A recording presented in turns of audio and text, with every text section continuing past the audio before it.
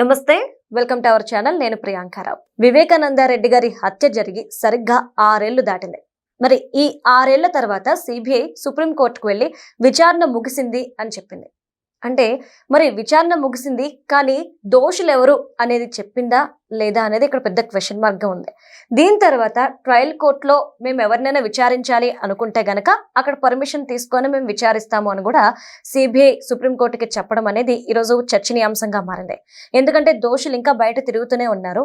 మరి విచారణ ఎలా ముగిసింది అనేది ఒక ప్రశ్న. దీని గురించి ఈరోజు డిస్కస్ చేద్దాం. మనతో మాట్లాడడానికి ప్రముఖ పొలిటికల్ అనలిస్ట్ అప్పసాని రాజేష్ గారు ఉన్నారు. ఆయన అడిగి తెలుసుకుందాం. నమస్కారం సార్. నమస్కారం. అంటే ఒక విధంగా చూస్తే సునీత గారు మీడియా ముందుకు వచ్చి ఎవరు చంపారు అనేది పేర్లు చెప్పారు. ఆవిడ చెప్పిన పేరు గల వ్యక్తులందరూ బయట చాలా స్వేచ్ఛగా తిరుగుతున్నారు, రాజకీయ పార్టీకి సంబంధించిన కార్యక్రమాలు పాల్గొంటున్నారు. కానీ సిబిఐ సుప్రీంకోర్టు విచారణ ముగిసింది అని చెప్పింది. మరి దోషులు ఎవరు సార్ ఇందులో? ఇప్పుడు యాక్చువల్గా స్పెసిఫిక్గా మాట్లాడుకుంటే 6 సంవత్సరాల 10 నెలల 20 రోజులు పూర్తయింది ఈ రోజుకి వివేకానంద రెడ్డి గారి హత్య జరిగి. అంటే ఇంకొక నెల 10 రోజులు ఉంటే 7 సంవత్సరాల కాలం పూర్తవుతుంది. అవును సార్. ఒక మాజీ మంత్రి, మాజీ ఎంపీ, మాజీ ఎమ్మెల్సీ, సుదీర్ఘ రాజకీయ నేపథ్యం ఉన్న కుటుంబానికి సంబంధించిన వ్యక్తి, ఒక మాజీ ముఖ్యమంత్రికి స్వయాన సోదరుడు, ఇంకొక మాజీ ముఖ్యమంత్రికి స్వయాన చిన్నాన్న.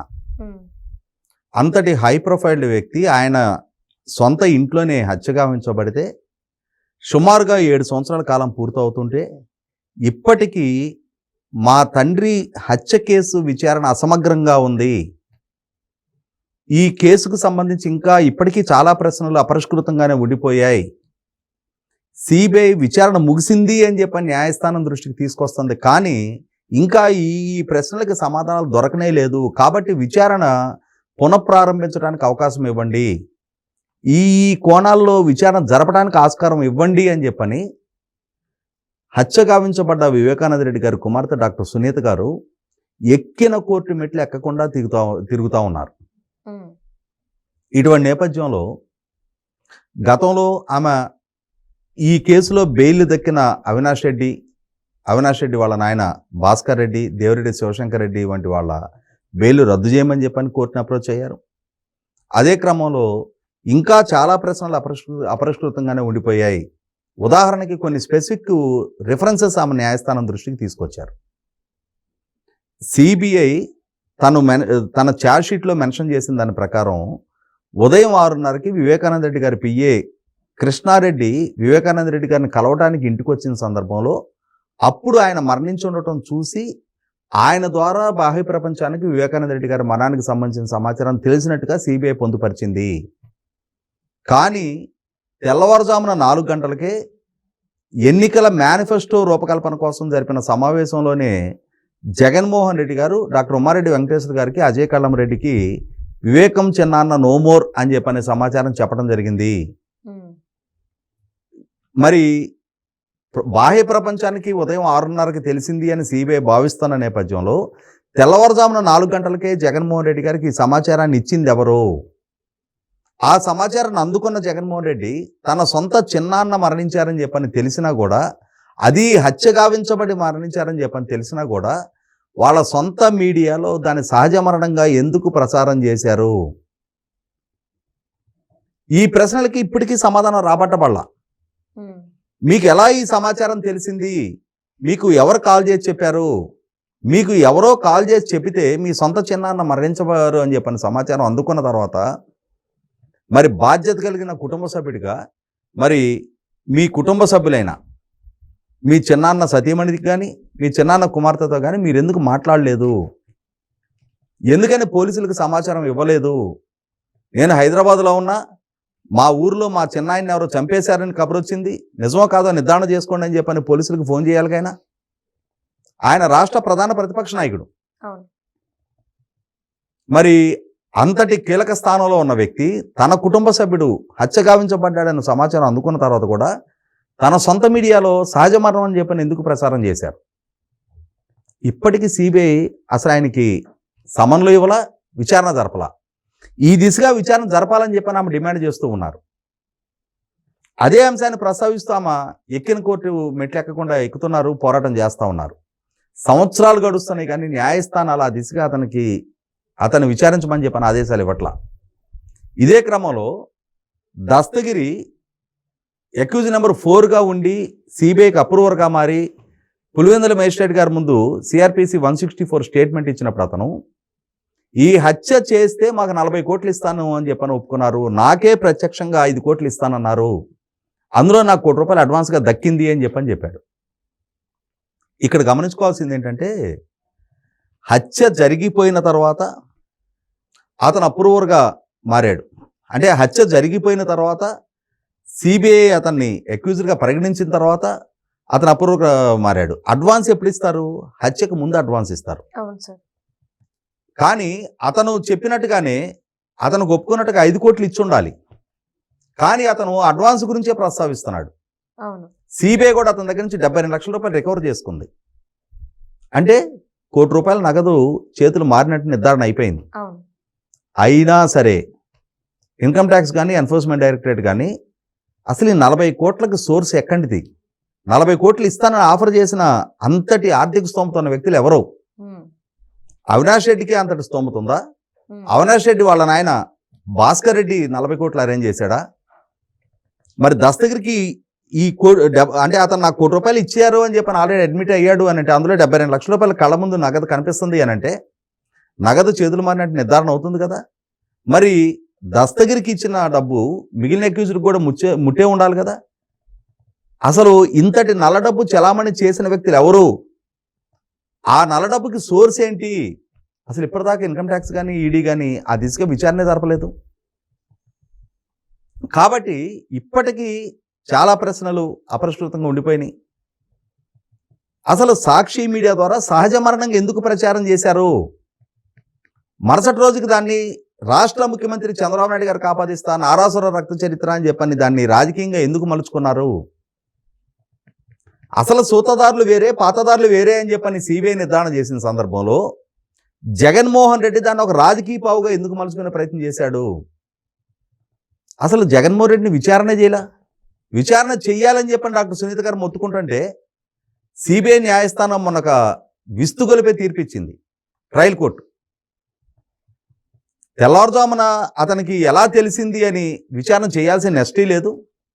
సన్నిహిత బంధువులు చనిపోయినప్పుడు సన్నిహిత బంధువులకి సమాచారం ఇస్తారు, అందులో పెద్ద ఆశ్చర్యం ఏముంది అని. వివేకానంద రెడ్డి గారికి అతి సన్నిహిత బంధువులు ఎవరు? ఆయన భార్య, ఆయన కుమార్తె. మొట్టమొదటిగా సమాచారం అందిస్తే వాళ్ళకి ఇవ్వాలి. కానీ జగన్మోహన్ రెడ్డికి అందిటువంటి ఓని జగన్మోహన్ రెడ్డికి అందిస్తే జగన్మోహన్ రెడ్డి ఎందుకని దాని మీద స్పందించలేదు? అసలు జగన్మోహన్ రెడ్డి ప్రమేయం ఏంటి ఇందులో? ఎందుకు పలానా వ్యక్తులు సూత్రధారులు అని చెప్పని సిబిఐ ద్వారా నిర్ధారణ జరిగితే అటువంటి వాళ్ళని ఆయన రాజకీయంగా హక్కును చేర్చుకొని వాళ్ళకి పదవులు కట్టబెట్టి వాళ్ళని చిన్నపిల్లోడు అమాయకుడు అని చెప్పని ఇతను ఎందుకు సమర్థిస్తా ఉన్నాడు? సంబంధం లేని ఆదినారాయణ రెడ్డికి, సంబంధం లేని బీటెక్ రవికి, సంబంధం లేని చంద్రబాబు నాయుడు గారికి ఎందుకు ఈ హత్యను ఆపాదిస్తా ఉన్నాడు?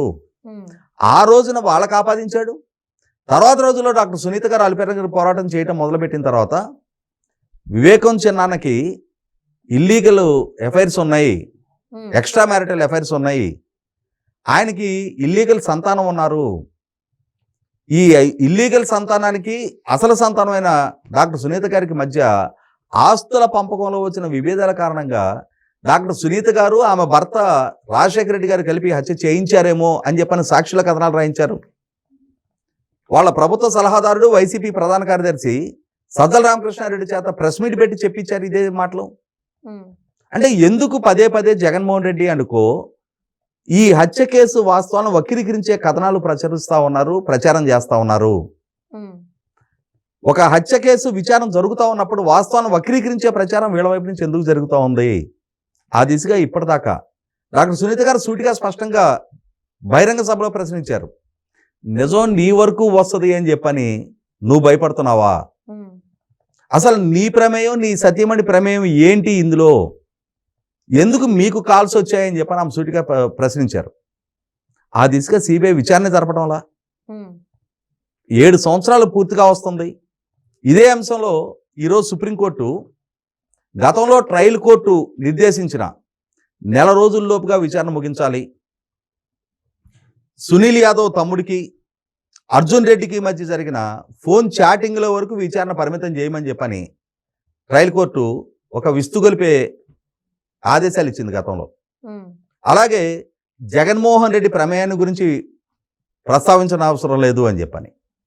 ఈ నేపథ్యంలో ఈరోజు సుప్రీంకోర్టు మీరు నెల రోజులనే కాలపరిమితి లేదు, కాకుంటే మీరు వీలైనంత ఎక్కువ కాలం ప్రొలాంగ్ చేయకుండా ఇప్పటికే చాలా సంవత్సరాలు గడిచిపోయిన కారణంగా వీలైనంత త్వరగా విచారణ ముగించండి అంటూ డాక్టర్ సునీత గారికి మీరు మీ దగ్గరున్న సాక్ష్యాధారాలు ఏమైనా ఉంటే విచారణ పరిధి పెంచాలి, ఎవరైనా విచారించాలి అని చెప్పని మీరు భావిస్తుంటే మీరు సిబిఐని అభ్యర్థించమని చెప్పని డాక్టర్ సునీత గారికి ఆదేశాలు ఇచ్చారు.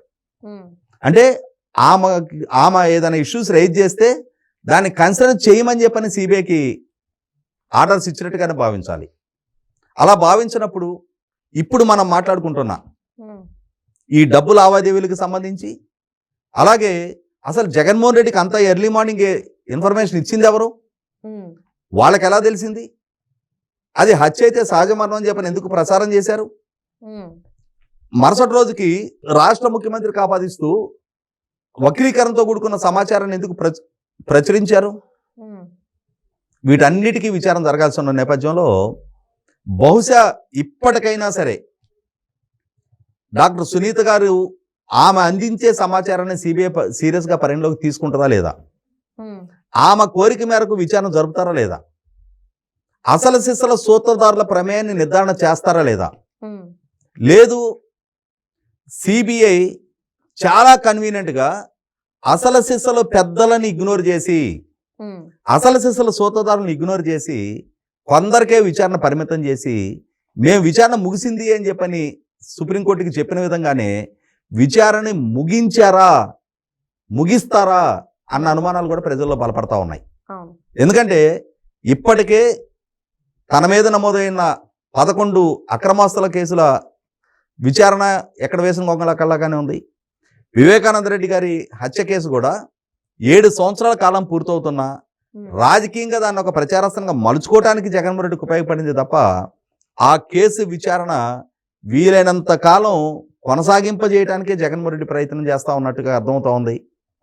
అదే సందర్భంలో ఈ మధ్య చూసాం మనం కల్తీ నెయ్యి అంశం కూడా అసలు సిసల సూత్రధారులను టచ్ చేయకుండా పిఎల్కి విచారణ పరిమితం చేసిన తీరు చూస్తే సిబిఐ వైపు నుంచి జగన్మోహన్ రెడ్డికి అంటే ఒక ఆయాచితమైన అంటే మనకెవరికి తెలియని ఒక రకమైన మద్దతు అండ దక్కుతున్నట్టుగా అర్థమవుతా ఉంది. మరి ఈ విధమైన అపవాదుల నుంచి సిబిఐ బయటపడాలి అనంటే తమ వైపు నుంచి పార్షియాలిటీతో కూడిన విచారణ జరపడం లేదు అని చెప్పని వాళ్ళ ఇంటెగ్రిటీ వాళ్ళు ప్రూవ్ చేసుకోవాలి అనంటే ఇవాళ సుప్రీంకోర్టు ఇచ్చిన ఆదేశాలని పరిగణలోకి తీసుకొనైనా సరే డాక్టర్ సునీత గారు లేవనెత్తుతున్న ప్రశ్నలని సీరియస్గా పరిగణలోకి తీసుకొని ఆ దిశగా విచారణ జరిపి ఇప్పటికైనా సరే వివేకానంద రెడ్డి గారి హత్యకి అసలు సూత్రధారులు ఎవరు, పాతదారులు ఎవరు అనేది నిగ్గు తేల్చితే సిబిఐ ఇంటెగ్రిటీ నిలబడతాది తప్ప లేదు అనంటే సామాన్యుడి దగ్గర తన దర్పాన్ని ప్రదర్శించే సిబిఐ రాజకీయంగా హోదా, పలుకుబడి, అధికారం, డబ్బు ఉన్న వాళ్ళ దగ్గరకు వచ్చేటప్పటికి దాసోహం అంటున్నట్టుగానే తన వెన్నెముక లేనిదనాన్ని బయట పెట్టుకుంటున్నట్టుగానే ప్రజలు కూడా పరిగణిస్తారు. Right, thank you so much.